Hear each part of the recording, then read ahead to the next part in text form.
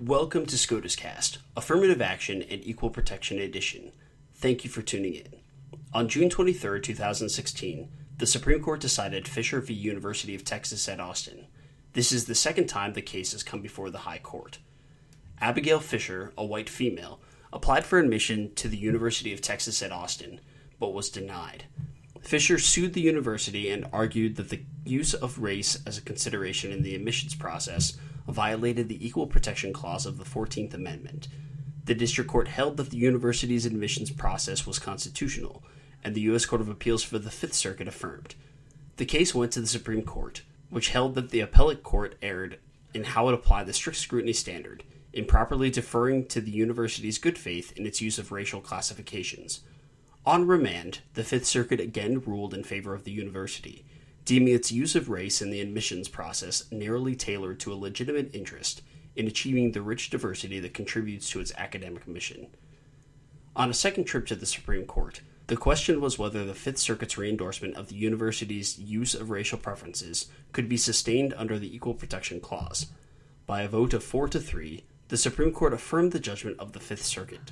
Justice Kennedy delivered the opinion of the court, which held that the race-conscious admissions program in use at the time of Fisher's application was narrowly tailored and lawful under the Equal Protection Clause. Justice Kennedy's majority opinion was joined by Justices Ginsburg, Breyer, and Sotomayor. Justice Thomas filed a dissenting opinion. Justice Alito also filed a dissenting opinion, in which Chief Justice Roberts and Justice Thomas joined. Justice Kagan took no part in the consideration or decision of this case. To discuss the case, we have Roger B. Clegg, who is President and General Counsel of the Center for Equal Opportunity. As always, the Federalist Society takes no position on particular legal or public policy issues. All expressions of opinion are those of the speaker. And now, Mr. Clegg. I'll just give a little bit of background about the case and also some commentary on what I think the case. Needless to say, those of us who oppose racial preferences are disappointed, but I'm going to talk a little bit about why there may be some silver linings today. Basically, this is the case's second trip to the Supreme Court.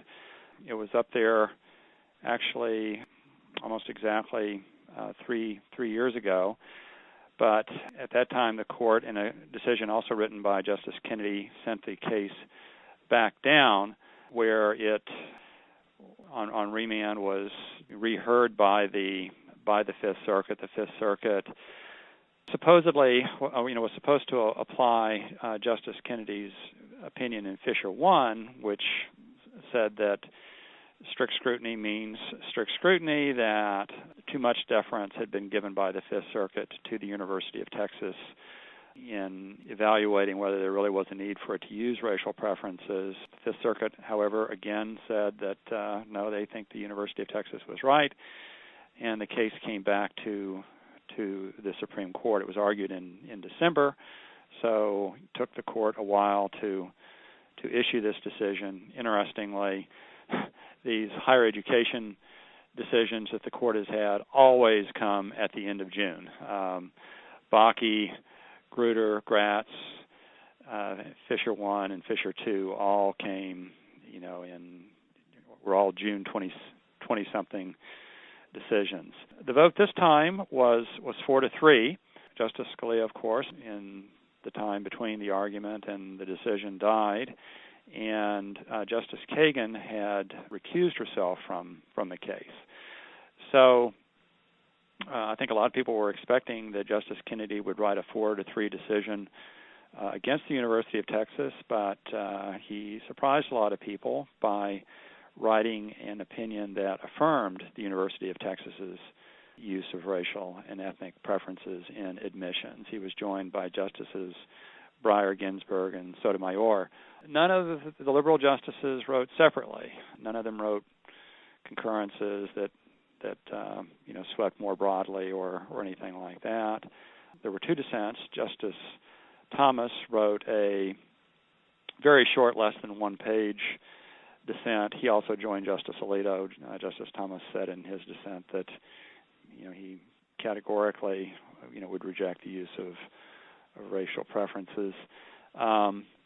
Justice Alito's dissent was quite lengthy, and he read it from the bench, which is typically done when the justices really want to make a statement. And one of the news accounts, I wasn't there, but one of the news accounts said that it was an impassioned dissent. It's 51 pages long.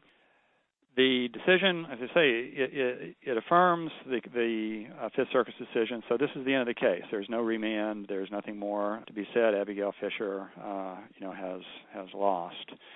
However, as I'll discuss, I don't think that this means that universities now have a blank check to use racial preferences.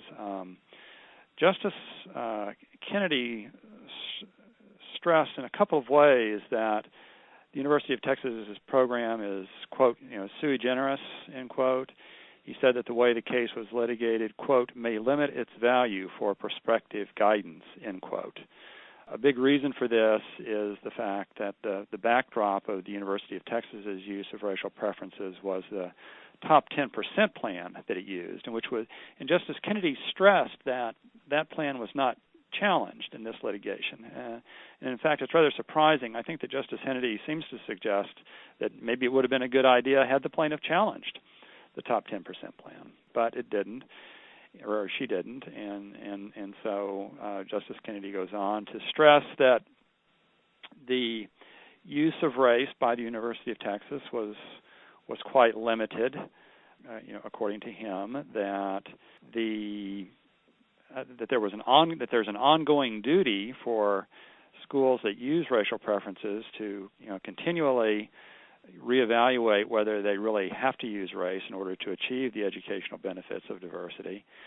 Justice Kennedy stressed that, as I said, the use of race by the University of Texas is only a factor of a factor of a factor, that it was always considered contextually, that didn't automatically help anybody because of their being African American or Latino, and that in theory the racial considerations could, in a particular instance, might even help a white or an Asian American applicant.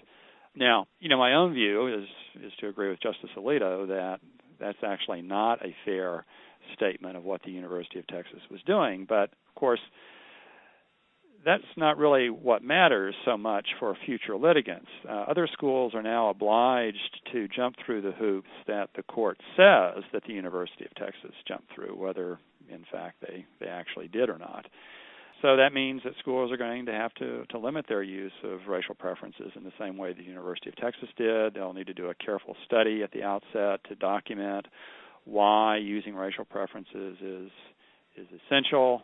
They have to articulate concrete and precise goals, all of these other things that will supposedly did, and that Justice Kennedy found that they did do. What this means is that it's still quite possible to bring challenges to programs that use racial and ethnic preferences, and I expect that those challenges will continue to be brought. And indeed, there are two cases that are already out there, one against Harvard and one against the University of North Carolina at Chapel Hill. Those lawsuits are similar in their origins to the University of Texas. Both are being litigated by essentially the same lawyers, or some of the same lawyers at least, as the Texas case was brought. Both are cases that were sort of initiated by the Project for Fair Representation, which is Edward Bloom's organization. They're somewhat different in that the focus there is more on discrimination against Asian American applicants, particularly the Harvard case, although, as I recall, that's also true of the Chapel Hill case. Those cases had been brought, were basically put on hold or on semi-hold while the Supreme Court decided the Fisher case, but now that the Fisher case has been decided, I expect that litigation to go forward. There have also been administrative complaints filed by some Asian American applicants against some Ivy League schools, Brown and Dartmouth and Yale, I believe. Those administrative complaints will have to go forward as well. So the the struggle continues. Certainly, the case law is we know was not improved by a really solid decision by the conservatives that we had hoped for today. But realistically, I think that the proponents of racial preferences would not have folded their tents no matter what the Supreme Court had said today, and there would have had to have been additional litigation anyway on essentially a school-by-school basis to a great extent, and so that litigation will continue. Thank you for listening to this episode of SCOTUScast. For more episodes of SCOTUScast, as well as audio and video of past Federalist Society events, please visit our website at www.federalistsociety.org/multimedia.